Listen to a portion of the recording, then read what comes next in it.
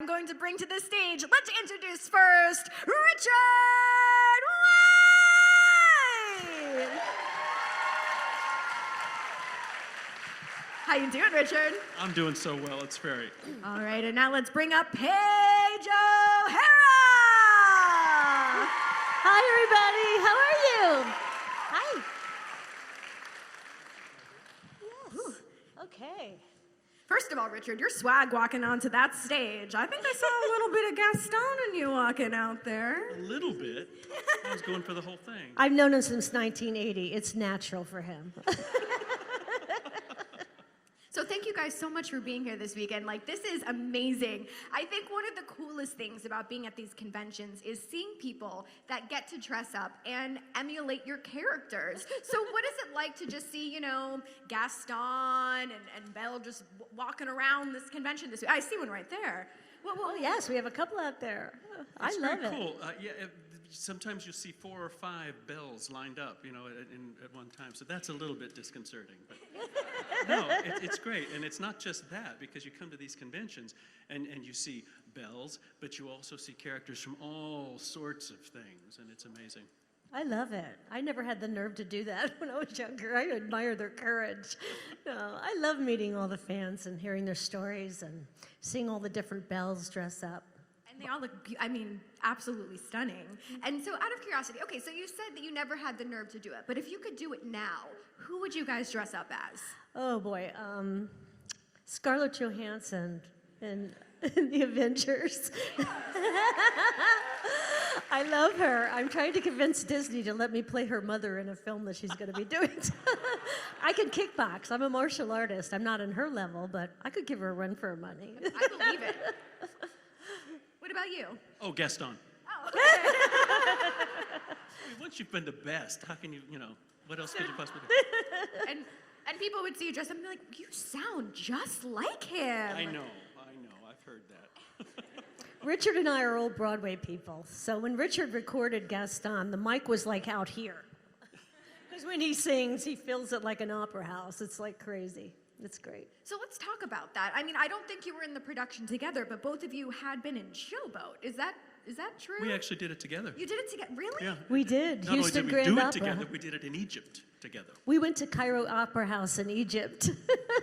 And actually, I just met Michael and started dating him, my husband. And I asked him for our first date to join me in Cairo, and he turned me down. He said, what if we don't get along? So anyway, Richard and I had a great time. And we were with Houston Grand Opera, and the opera singers and people in the company did not like the food in Egypt. So next thing we know, they're flying over an entire Texas barbecue restaurant from Texas to Egypt to feed all of us. It was crazy. It was really fun, though. But then we got a cruise down the Nile at the end of it. So you guys knew each other before the production? So what was Oh, that? yeah. What was that like? I mean, that's like a full circle. First you're doing Broadway, and then you're doing one of the biggest movies of all time? My gosh. Did it help that you guys knew each other beforehand? I think so. We got to pick on each other more. Yeah, I mean, when you know somebody, you know how they work, and you've done various things with them, you know, it's easy to immediately establish a rapport. But a lot of what you do when you record these movies, the way Disney works, is you work in a room by yourself. So it really doesn't matter whether you've met someone or know them very well to a large extent. We'd had some sessions together. We did, because I had them change the rules. I don't know how Robbie Benson and I managed to do it, but we convinced them to let us record together as Belle and Beast. And it was going so well with the spontaneity and the development of the characters together. I mean, my character came to fruition when Robbie was hired. I was actually recording Beauty and the Beast a month before he was hired. And literally the day that he came in, it all came together for me. And it went so well that Richard and I got to record together. And then my first session was with Jesse Cordy, who played LeFou. Yeah. So that's unusual compared to how they usually do these things, because like I say, you're usually by yourself. But I worked with Jesse, and then later on they brought us out to LA, and we did a session out there. Yes, our first scene, and I got to pick on you, and then they it's cut, Paige. You can't say that as Belle. You know, that's Belle can't say that. Somebody told me today that Gaston picks on Belle. What? Gaston is so sweet to Oh, Belle. gosh. I mean, really. Really? Really? Okay, don't have me go there. You know I will.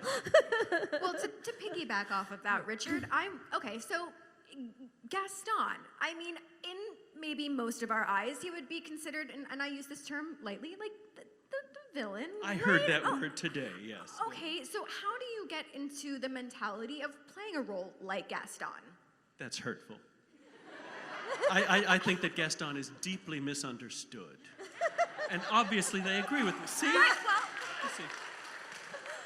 No, I'm teasing, but you know, anytime you play... Tell him your other theory about Gaston coming back. Well, somebody mentioned to me that you see skulls in Gaston's eyes. I said, that's true, but they're sympathetic skulls. You never see a body. He thinks he's coming back. That could be laugh. interesting. See, this is what happens to Gaston. She laughs at him. The poor guy. To be more serious, when you play a character like this, you just have to revel in him. He loves himself so well, and that's so much fun to do. I mean, I think everybody wishes they could be Gaston in that regard, at least.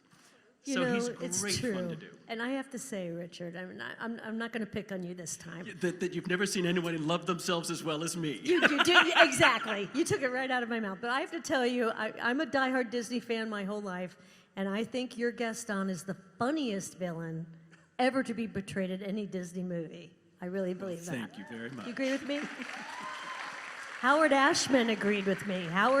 Ashman, the great Howard, said you were the funniest villain ever. Well, thank you. As long as we're actually complimenting one another, I have to admit, one of the most fascinating things about this film, to me, is the character of Belle. She is not typical. She is not the typical Disney princess. She was a great divergent from what was typical in that she stands up to the town bully. She reads. Can you imagine? No pictures or anything. She reads.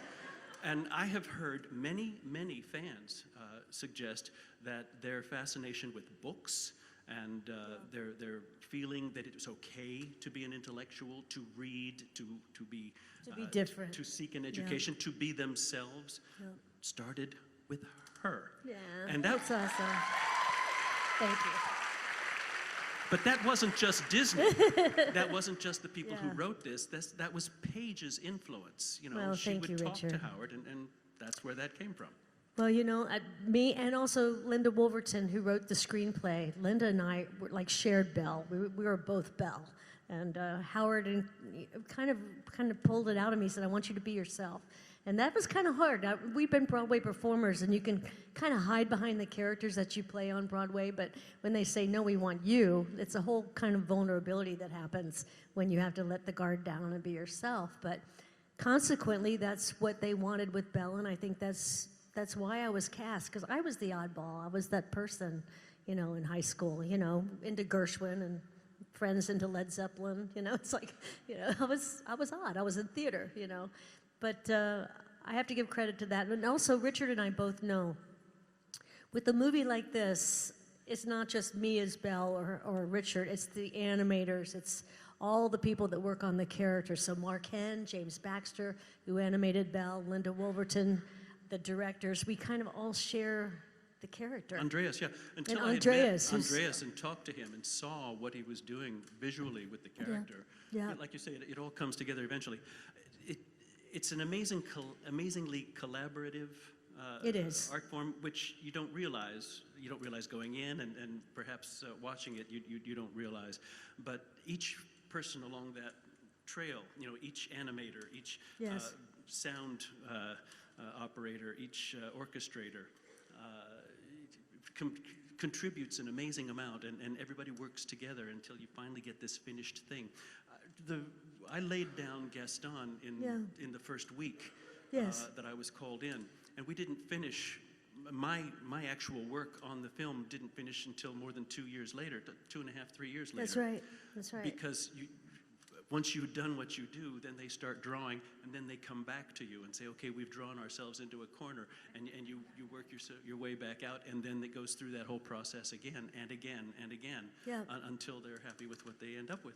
And actually, the film took 4 years to make.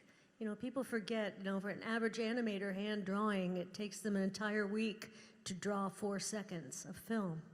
And I hope the hand drawing comes back. I really miss it.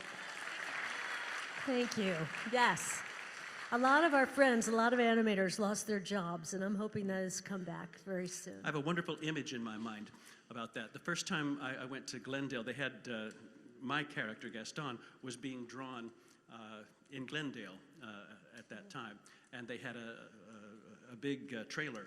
And inside the trailer, it was cordoned off into various little cells where people were working individually, like an office building, and each cell was maybe that high.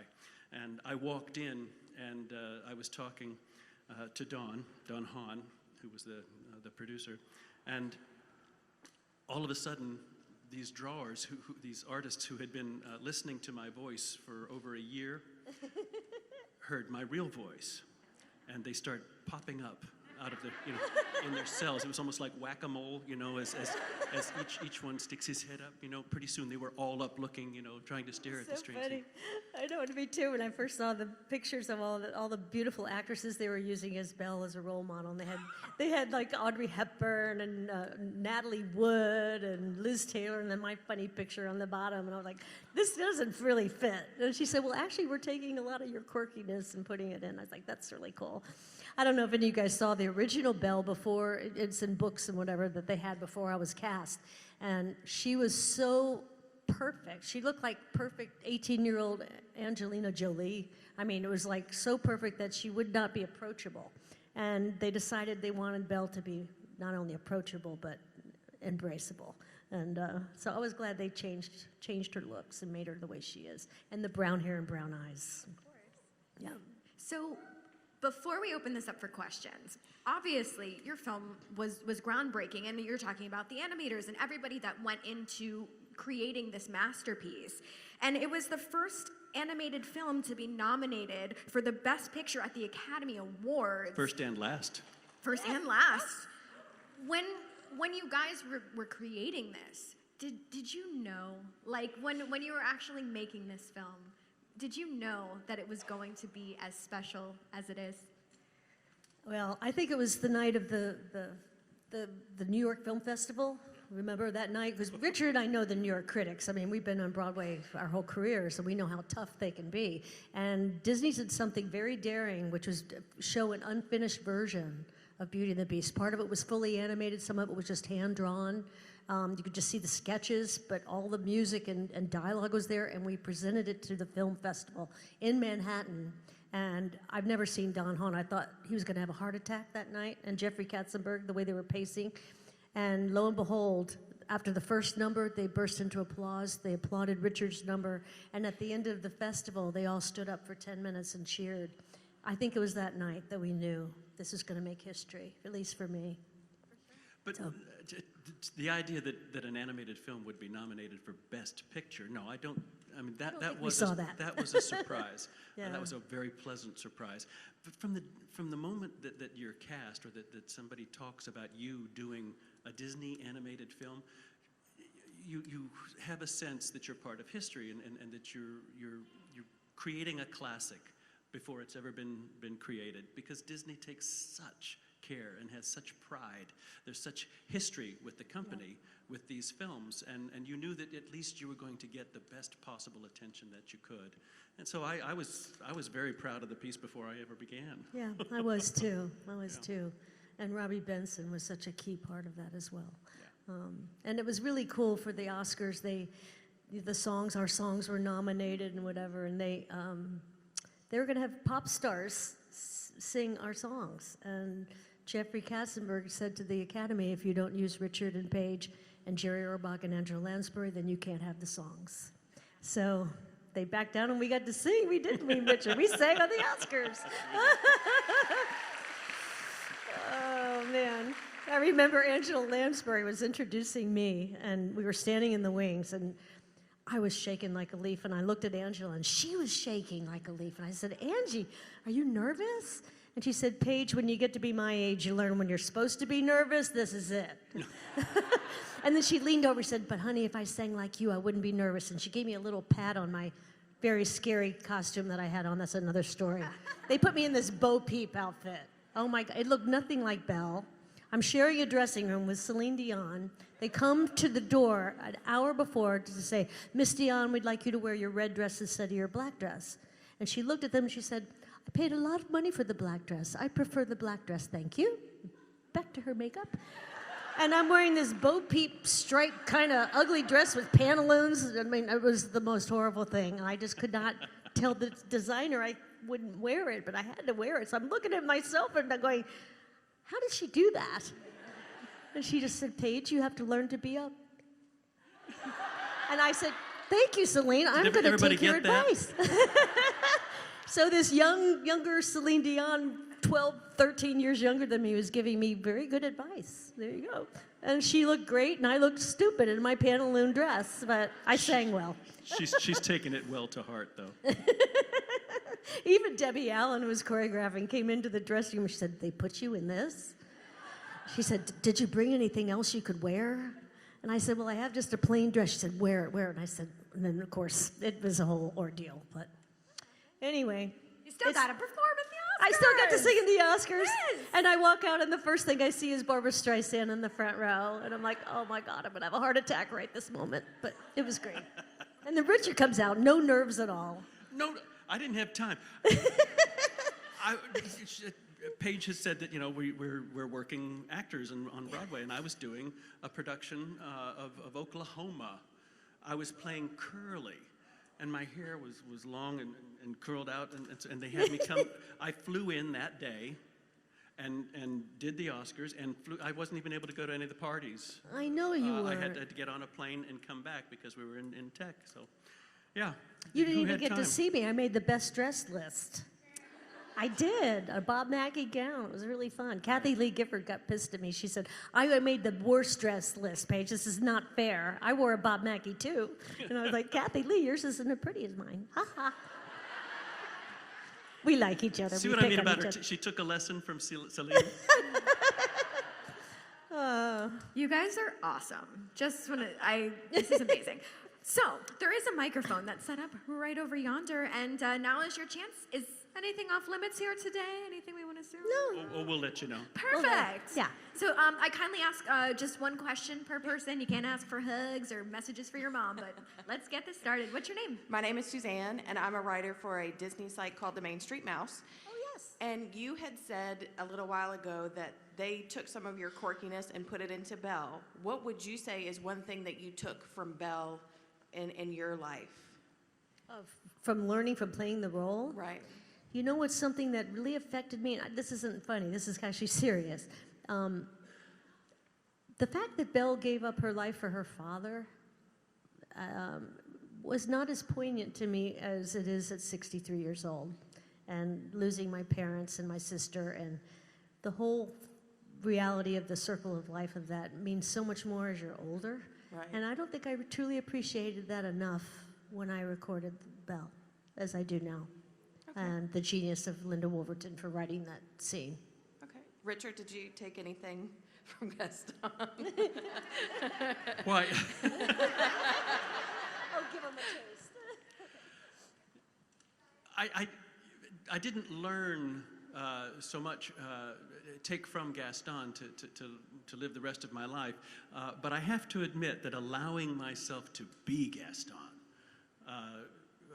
was a valuable lesson, you know, to let yourself he usually actually plays the heroes. enjoy yourself. I mean, you don't and usually, you're the leading man usually. So that was fun to be a hero. once upon a time, perhaps.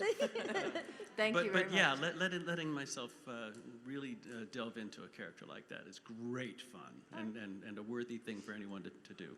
Thank you. Well, how many dozens of eggs can you eat? Oh, I'm still stuck on 5. Oh, okay.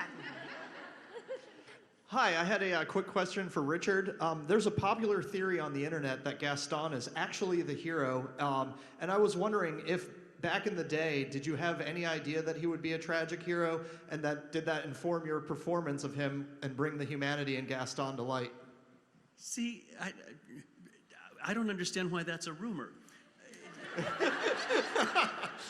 Really, I mean, of course I'm joking, but only partly.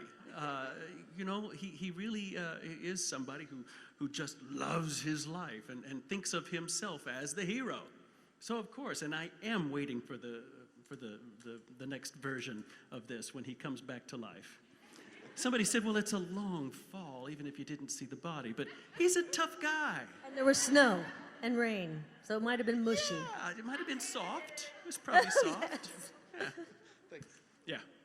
Oh, look how cute you look. Do you mind tilting down the mic so we can hear you? Somebody help her. Perfect. Excellent. Thank you. Hi, my name's Erica, and I'm an actor too. Oh, wonderful.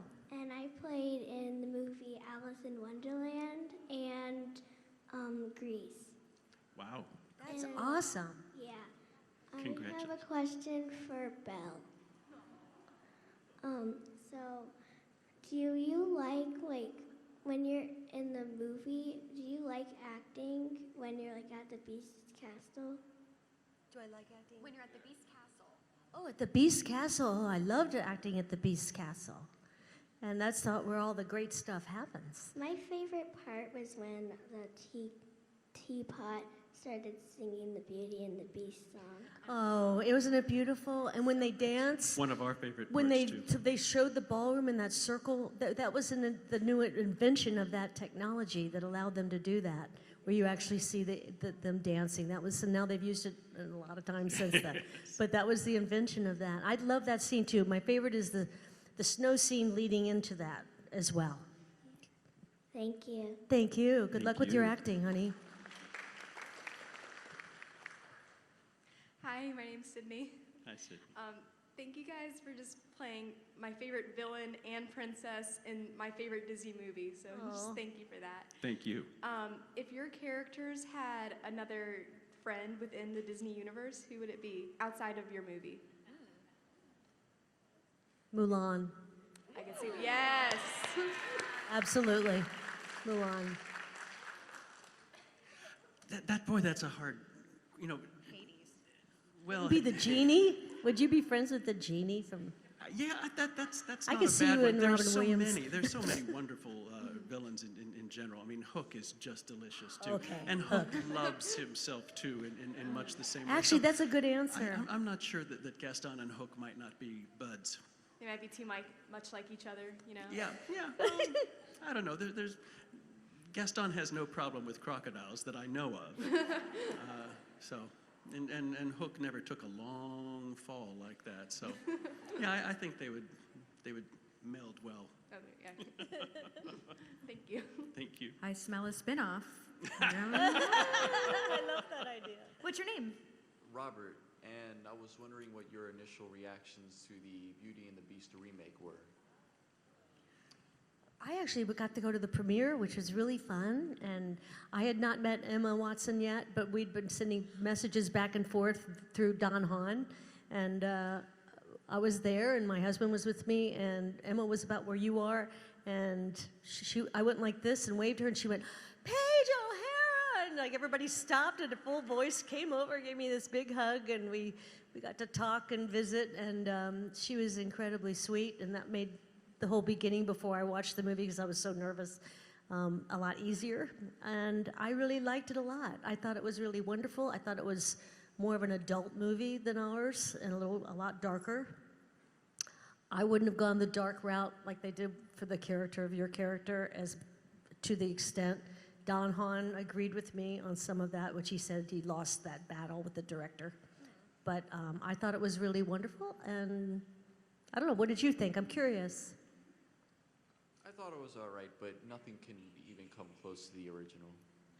Thank you. See, I can't say that will sound egocentric, but I can. But I wouldn't. I saw it in New York, and when they did the press opening in New York, and I found it charming. I found the people charming. Those actors, I love those actors. I enjoyed it. As Paige has said, it's a lot darker. It's a very, very different movie than the one that we made. And the characters themselves are very different from the ones that we played. I mean, my Gaston didn't have PTSD, as far as I know. And the Beast being older, being an adult. and there was, absolutely, there was no bubonic plague in our film either. So, you know, there were a number of things that they did that were very, very different and that put a different color on the whole piece. So, but I was charmed by what they did and those people. I love those actors, so I had a good time. They're great actors, you have to admit that, all of them. Kevin Kline, I mean, my gosh, he's always brilliant. Whatever he does, I can't wait to see it. What a different father. Yeah. So. But thank you for that. I appreciate that very much. And also LeFou, right? Like his character was different as well. Different and exactly the same at the same, you know. Yeah. So, yeah, I enjoyed it. Josh Gad was I very enjoyed funny. Josh Very, much. very funny. Yeah. Hello. Hi. My name's Ryan, and I wanted to ask you guys, like, with all of the new things coming out with Disney and all of the new movies and remakes, I was wondering you guys' thoughts on more LGBT representation in Disney movies. How do you feel about that coming along? I think that About Disney time. tries to reflect the society in general. So I think that as the society in general is more accepting and more inclusive, I think that Disney will continue to be. I hope they do. It's about time. Yeah. And that's very important. I don't know, a lot of you know this. This is way back when, but talking about that community. But in the gay community, it was very strong in the animators department. And Michael Eisner was the first CEO to pay health insurance to their gay employees' lovers. And the first person in America to do that. And there were other CEOs who followed from that. And I think a lot of people don't remember that. I remember it was a big deal when we heard about it. And we, living in New York in the 80s and 90s. It touched home we were, for us personally yeah. in our movie. Exactly, because Richard and I were at a funeral every week with AIDS in the 80s and 90s. It was a very tough time. And for Mr. Eisner to do that made him heroic in my eyes. Thank you so much. Thank you. Here we go. Oh, no, she got it. All right. What's your name? Lillian, I love Disney, and I was wondering, Belle, are you friends with any of the Disney princess speakers? Other Disney princesses? Well, Ariel is one of my longtime oldest friends. Jodie Benson and I have been friends since 1980, another Broadway girl, and her husband Ray and I did the Broadway revival of Oklahoma in 1980. I was Ada Wanny, and he was Lara Teeter's understudy. And he told me in rehearsal, oh man, I've got it bad. I've fallen in love with this girl. And I met Jodie while we were on the road doing Oklahoma, and that's how long they've been together. That's a long time. And they have grown children now. And Jodie and I, we're great buddies. And Linda Larkin, who's the voice of Jasmine, and I, over the past year, I got her to do these events with me. We've been touring and doing a lot of these together, and I've grown to just absolutely love her as a sister. And so it's all good. And actually, if you saw Wreck-It Ralph 2, the Breaks the Internet, we didn't get to work together on that, but we all partied together. And we had 2 big parties of celebrations, and I got to know a lot of the girls, and Kristen Bell and Mandy and those people I hadn't met before, and we had a blast. It was really fun. Thank you. Princess Power. Princess Power, yes! Woohoo! Good. That's perfect. I love her. You've got what it takes, girl. What's your name? Oh, okay. Hi, I'm Kate. My question is, what was your first reaction when you guys first saw the Beats at the Beast for the first time? You mean on the screen as he was drawn? Yes. Oh. Well, that was just astonishing to me. How they incorporated so many different things. Of course, I didn't just see him in his finished form. I saw him in various stages of his development, just as Gaston himself went through lots of different stages and had lots of different looks. So did the Beast. But watching how he put that together was amazing. The different animals that he incorporated and studied in order for them to come up with this different monster. He doesn't look like anything that you've ever seen before. It was he took original. like, what, 10 different animals? Yeah. A buffalo, a moose, and all these different...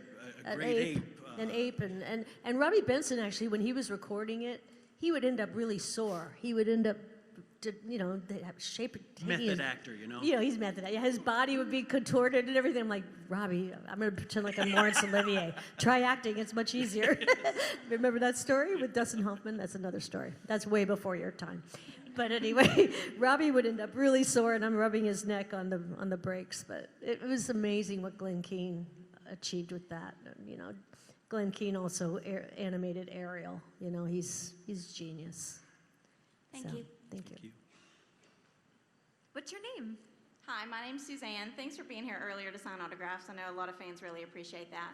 Thank you. I have a question for Miss O'Hara. I seem to recall a YouTube video where I saw you painting, and I was wondering if you could share a little bit about that with us. Apparently you have another skill. Well, thank you for that. I've actually been painting since I was 3 years old. And when I moved to New York at 17, I would paint at night and sell my paintings on the street, 84th and Broadway, and clean apartments and do whatever I could do to pay my rent. But I've always been an artist, and it was about 10 years ago, I went to an event with one of their greatest artists, and Manny, and they said, well, bring one of your paintings, Paige, let's try it. And I brought one of my Belle paintings, which I've been doing for friends, and the president of Disney Fine Art was there that night, and they signed me, and I'm now one of their top 5 selling artists. I've seen a lot of her paintings, and they're beautiful. They're really wonderful. Thank you. In fact, Paige has promised to give me one. Hold her to it. I will do it, Richard, I promise. Yeah. Thank you. What are your favorite things to paint?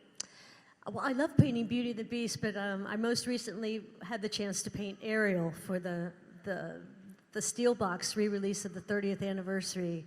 The artwork of Ariel and the background is all my artwork, and that was fun. So it's really fun. I'm painting all the princesses now. Some of them are harder than others. Moana is very difficult, but I just finished her, and I'm very excited about that. My Tiana sells like crazy. She's very popular, so. It's fun. Hi, my name's Kate. I met Richard earlier. First of all, let me just say thank you for the memories that you guys have given me since I was yay big, and I can say that for everybody, I think. Sorry. And second of all, what was your favorite memory since you've given us so many? I'm sorry, what was our... favorite memory as far as making the movie? With the movie itself. Right. Wow. Yeah, There's so many. It's like... We had a wonderful session, that first session in LA on the original Foley floor. Remember that? Yeah. That was a time when I really said, okay, this really is happening. We really are getting to do this, and I felt like my skills were being really used in that thing. So that was a wonderful memory there. But I think when we had the orchestra. I was about to say the same thing. For the first time, when you walk in, we'd been hearing the music played on piano. On the piano before that, and we'd heard Howard sing it, and we'd learned it, and we were singing it. But when we finally got the orchestra in there for the first time and heard all of those colors, see, we're talking almost 100-piece orchestra. Yeah, it's sort of like when Dorothy first lands in Oz and everything is suddenly in color. That's kind of what it is to first hear an orchestra play those things. And that's a wonderful memory for me. And I was going to say the same one, and what's really interesting too, the people that did the chorus in that were all Broadway stars. I mean, if you look at the list, Judy Kay and all these people that are stars on Broadway, but they wanted to be a part of it. And Howard and Alan just called up as friends and said, "You want to do this?" And that was really special. But for me, I've always been an Angela Lansbury freak. I saw her in Gypsy probably 7 times. I would second act it when I was 17 and sneak in an intermission and watch the second half. And She was the most brilliant Mama Rose, and when I got to meet her. But the coolest thing was, Angie was really nervous about singing the title song. And she was saying, you know, to Alan, I don't have the line in my voice anymore, and I don't, well, the night before she was going to record with us that day, she got stuck in another city. There was some sort of bomb threat. She had no sleep for almost 24 hours, and she arrived at the studio, and Don Hahn said, you don't have to sing, Angie. We'll do this another day. She says, no, I'll give it a try, or whatever. She gets up to the microphone. She sings the title song of Beauty and the Beast in one take, not a dry eye in the house, and that is the take that's in the movie. She is perfection, Miss Lansbury. Royalty, royalty. Well, and the Academy also, on the 25th anniversary, yes, had an event in California at the Academy, and she was the surprise guest. Alan played, and she walked out and sang the title song. And you know, that afternoon she told me again she didn't want to do it. Yeah. And she said, Paige, I'm so nervous because Alan is playing it way too slow. I can't sing it that slow. And I said, Angie, sing at your tempo. He'll follow you. Alan will be with you. He will follow. She said, oh, I hope he does. And it was perfect. And she was perfect. It was broadcast all over the place. It went viral, so I imagine most of you can Google it. It's really special. May have seen it, but it's amazing. And I'm sure you saw her in Mary Poppins Returns. She can still sing at 93. She's amazing. Yeah. Thank you so much. My idol. Hi, my name's Alexandra. First, I would like to thank you, Paige, for voicing a character that has really influenced my life. Thank you. Really helped me grow up as a person. My question for the both of you is, if you can voice like any other Disney character besides your own, who would it be and why? Wow, that's hard. Well, I would love to take a swing at Hook. Yeah. The Wicked Witch is also very appealing. I think I could bring a lot to the Wicked Witch. I'm only partially kidding there. I really would love to get a chance to do that. She's fun. rich. Oh my gosh. I can't answer it. I don't know. I mean, I love Mulan so much, but the original voices are perfect, so I couldn't do it any better. But I'm not. I have to say, Mulan is the reason I took up kickboxing. And I love it. At my age, it helps me stay in shape, so it's all good. Don't mess with Belle. Thank you. Thank you. So we only have about 5 minutes left, so try to get to as many questions as possible. Okay. What's your name? Hi, I'm Patrice. I wanted to say thank you to Paige because you are my favorite princess, and Beauty and the Beast is my favorite movie. Thank you. And this question is actually for you. As a Disney princess, how does it make you feel being such an inspiration to not only the younger generation, but the older generation as well? You know, it's been a life-changing experience to do this role. When I meet people like I did today, and I hear your stories, and I hear about a lot of you who were like me that felt like you were outcast, you were different, you weren't accepted, and that Belle gives you that kind of courage. Those are the stories that I kind of pinch myself and say, thank you, God, for letting me do this and be a part of this person that was so brilliantly written by Linda Wolverton and created by all these wonderful people, and that they allowed me to put some of my crazy self into it. But it's people like you and people that find strength from Belle that make me realize I have the best job in the whole world. Thank you. Thank you.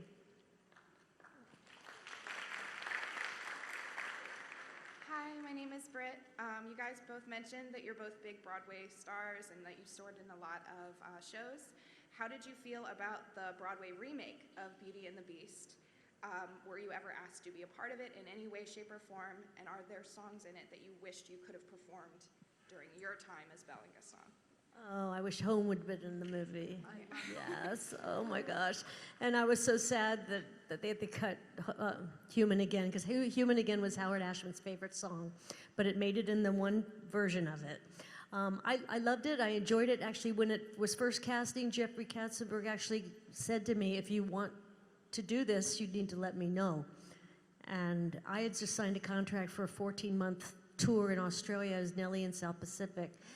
And I thought I should stick with that contract. And there's also a part of me that thought I was just too old to play it at that point, and that I'd get picked on by the critics. I know, and later, even Susan Egan said, "You're crazy, thank you for turning it down," and it gave me the part of my life. And Susan reminded me of a little me, and I loved her in it. And my husband played the Beast opposite Susan Egan, so that was really fun to watch him play it. And he did the Los Angeles company with Susan, and we had a lot of friends, Leroy Reams, and all these great people that played it. And But none of us who did the film Yeah. did the Broadway version, that was partially by design. They didn't They want wanted to it to be compare separate. one. They wanted it to be different and separate, so 'Cause that there wouldn't be truthfully- a criticism or a comparison. I think they made a mistake. They should have hired him. Of all of us, I think, Richard, you could have done the Beast or Gaston. But if you bring in Gaston, the real Gaston, everybody else is going to, Oh, no, I No, know. it wouldn't have been fair. But it was fun, and I'll tell you what, the real quick story how it even happened. They weren't going to do any of these on Broadway, and Jeffrey Katzenberg asked me and Richard one night for Michael Eisner's birthday to do a performance at what was it, one of the fancy hotels in New York. Anyway, we did a concert version, and Michael Eisner at this point said, "No, we're not going to do Broadway versions of these, blah, blah, blah, blah, blah." That night, Mr. Eisner saw us do the concert version. Regis and Kathy Lee were there. And that night, Jeffrey called me up and said, "Guess what? Michael Eisner said yes. Beauty and the Beast is going to Broadway." So it was that. There again, thank you, Jeffrey. Well, Howard considered them to be Broadway shows. That Exactly. was part of That's his how they wrote concept. it. That's why we both sang and spoke the words, because that's how it's done. The one character is consistent throughout. So that was all Howard's idea. But we were busy trying to put a three-dimensional Broadway show into a two-dimensional animated film. And when they got around to doing the Broadway versions, they had to reverse that process. And I think that it would have been kind of working in reverse for us. Yeah. And so I think they made a good choice the way they did it. Thank you so much. All right, I apologize. This has to be the final question. I'm so sorry. Okay. My name's Katie. Hi, Katie. How old are you, Katie? Say how old you are. Oh, You're 4. 4. Do you want to say a question or do you want me to? Okay, suddenly she's shy. Katie wants to ask how you think Gaston could be redeemed. How could he become a good guy? Aw. Aw. He says he already is. I think that Gaston,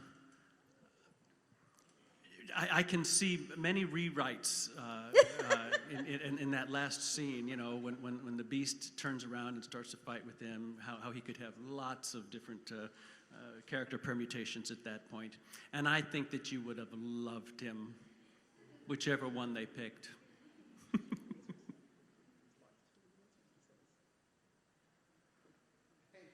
You look like a Disney princess, doesn't she?